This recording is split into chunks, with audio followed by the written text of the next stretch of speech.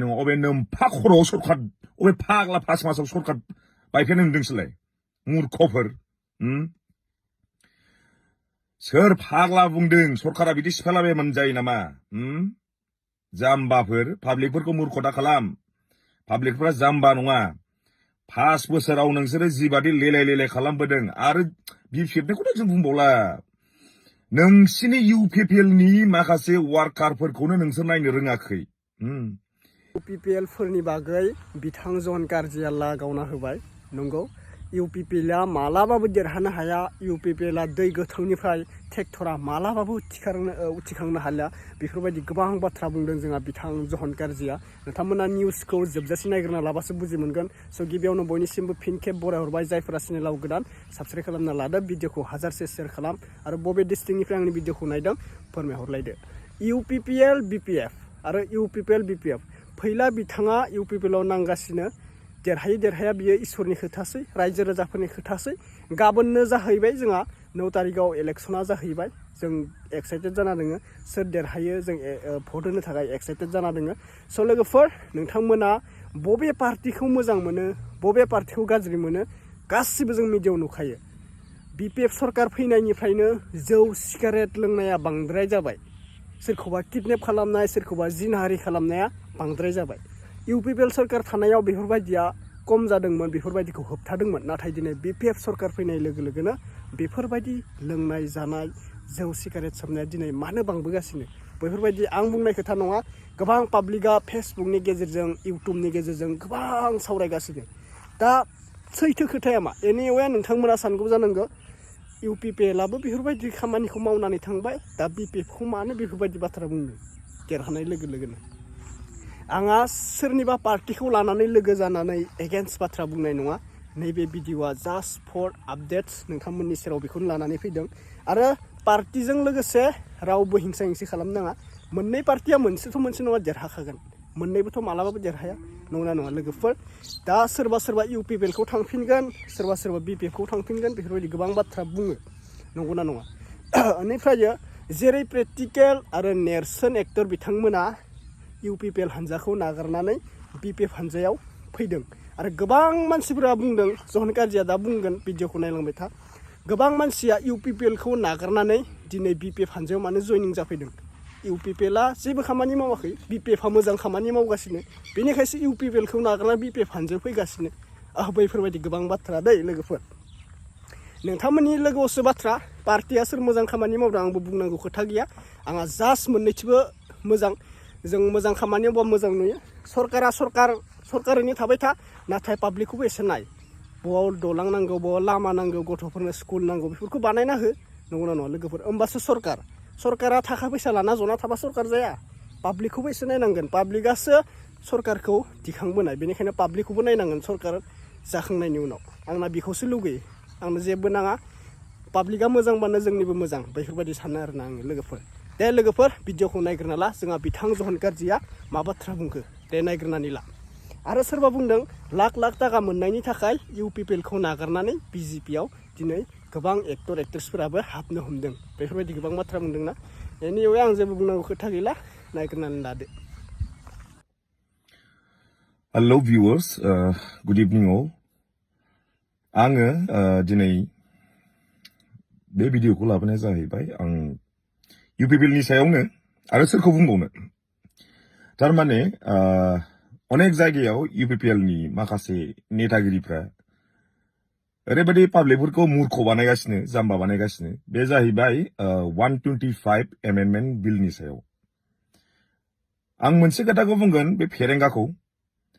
125 amendment बिलाव मा लिरना दं बेखौ नायग्रो मा लिरनाय दं बेखौ नायग्रो बेवहाय पाब्लिकफोरखौ मुर्ख दा खालाम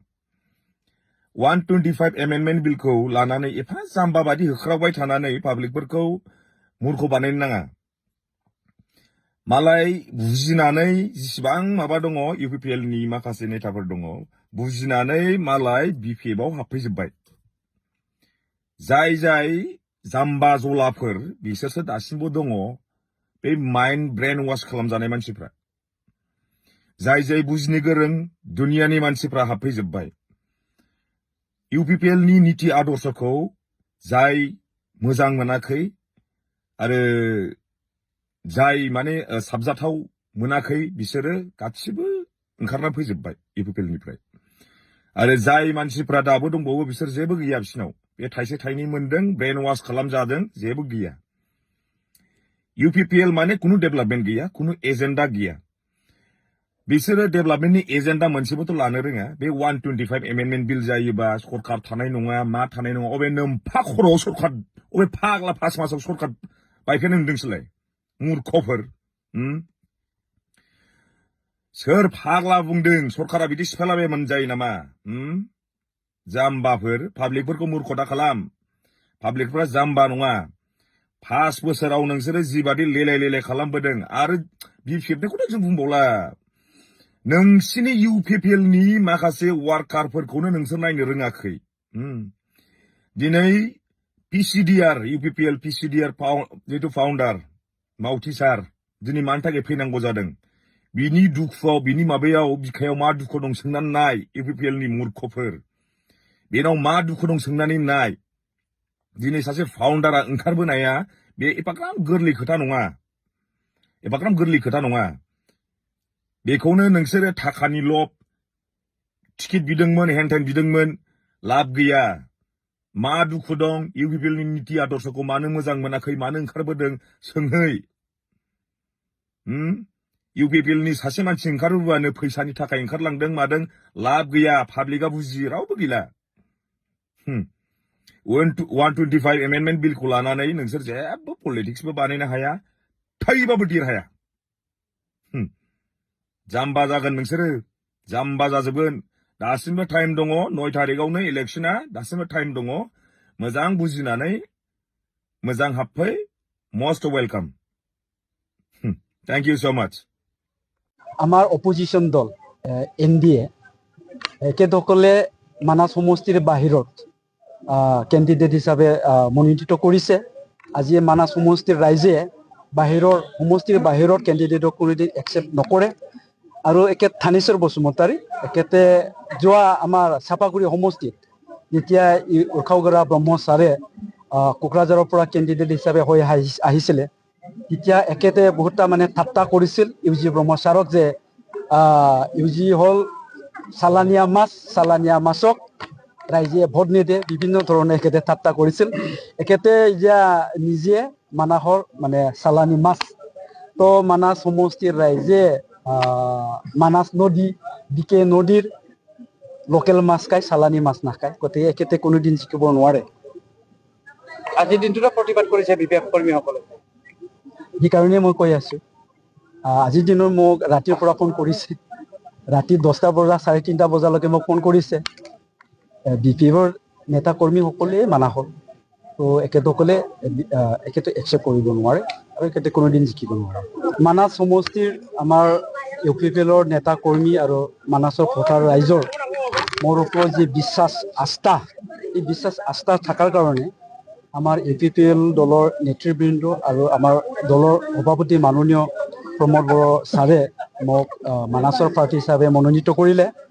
তো মানাস সমষ্টি হ'ল এটা মানে আমাৰ অসমৰ এটা বহুত ইম্পৰ্টেণ্ট সমষ্টি তো ইয়াত বিভিন্ন সমস্যা আছে ৰাস্তা ঘাটৰ সমস্যা আছে দলঙৰ সমস্যা আছে আৰু গৰাখহনীয়াৰ সমস্যা আছে এই সকলো সমস্যাবোৰ মই ৰাইজৰ লগত থাকি পেলাই কাম কৰিবলৈ মোৰ খুব ইচ্ছা গতিকে মই আশা কৰিছোঁ ৰাইজে মোক সহায় কৰিব এইটো মই মানে এইটো সেল্ফ কনফিডেন্স আত্মবিশ্বাস আছে কিমান আশাবাদী আপুনি জয়লাভ কৰিব পাৰিব এই সমষ্টিটোৰ পৰা নিশ্চয় কাৰণ ইয়াত